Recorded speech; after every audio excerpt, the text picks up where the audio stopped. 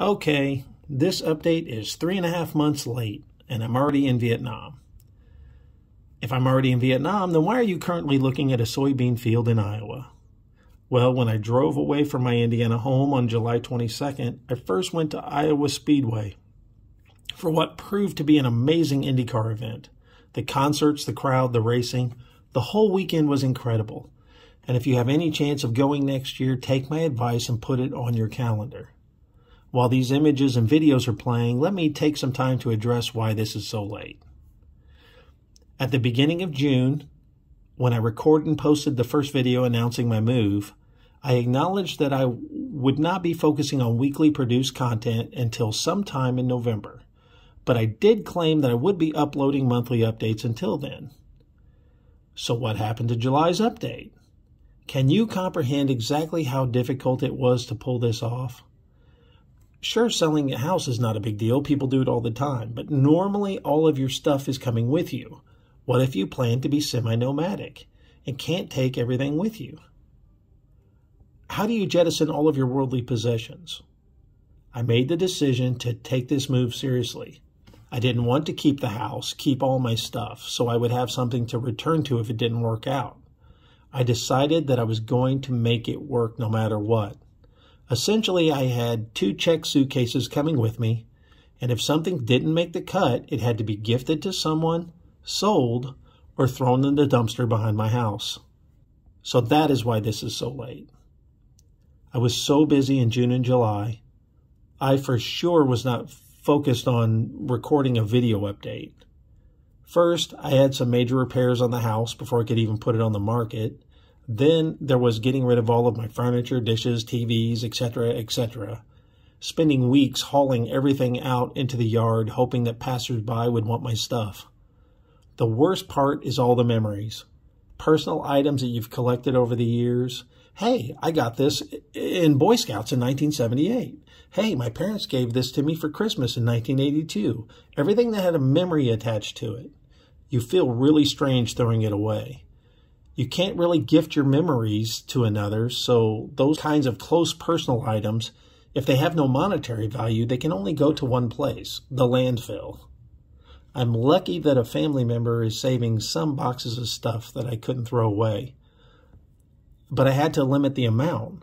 Most people don't realize the amount of stuff they've gathered being in the same house for 25 years, especially if you were already a collector of things before you even moved in.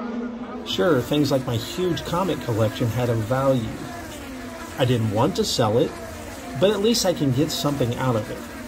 Then you stumble across personal stuff like old artwork, things saved from art classes from all the way back to E.O. Green Junior High School in Oxnard, California, up until I was an elderly student at the University of Southern Indiana some 35 years later.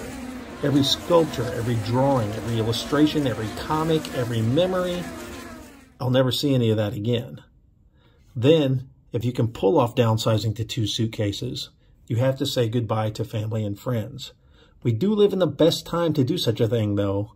With the internet, you don't have to lose contact with anyone. You can just fire up a video chat anytime you want.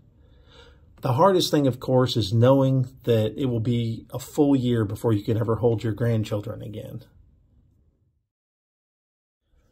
After Iowa, the next stop was a week in the wine country of Northern California. While these images are playing, I want to address 3 possible topics in the future that were missed in the first video. First would be art. If I'm drawing or creating anything, should I talk about it here? Second, combining artistic endeavors and the games that I mentioned in the first video, that's my main hobby of miniature painting. In fact, the last day in California had to be spent frantically trying to paint one last miniature for a game I would be playing in Australia. And then, lastly, I may address in the future videos about being diabetic and moving to a place where everything is made of rice. I have enough of my continuous glucose monitor supplies to last me until the end of the year, but how will my life change after those run out?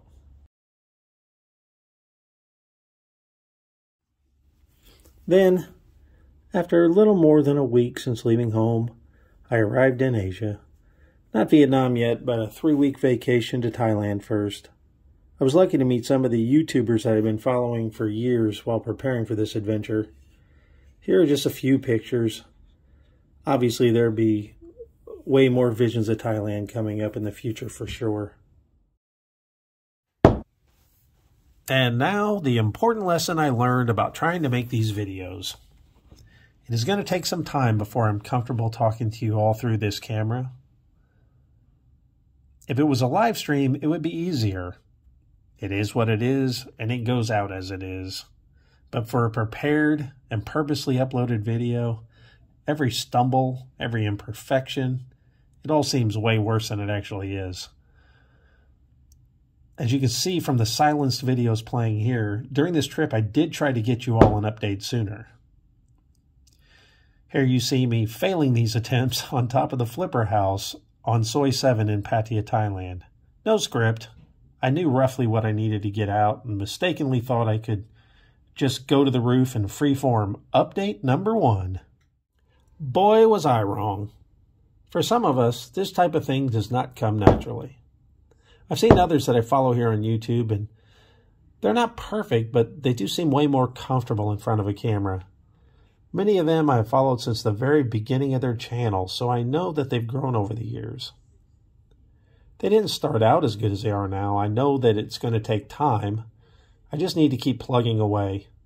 Eventually, it'll get easier and I'll be able to start making the content that I want for a much wider audience. I already have another update made. The video's put together and ready to go out. I'll put it up in the next couple of days. It's short, it's fun. I'm sure that many of my friends and family are going to enjoy it very much.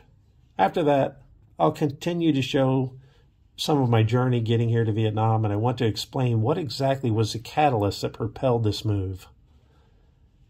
Until next time, keep your nose to the wind and your tail to yourself.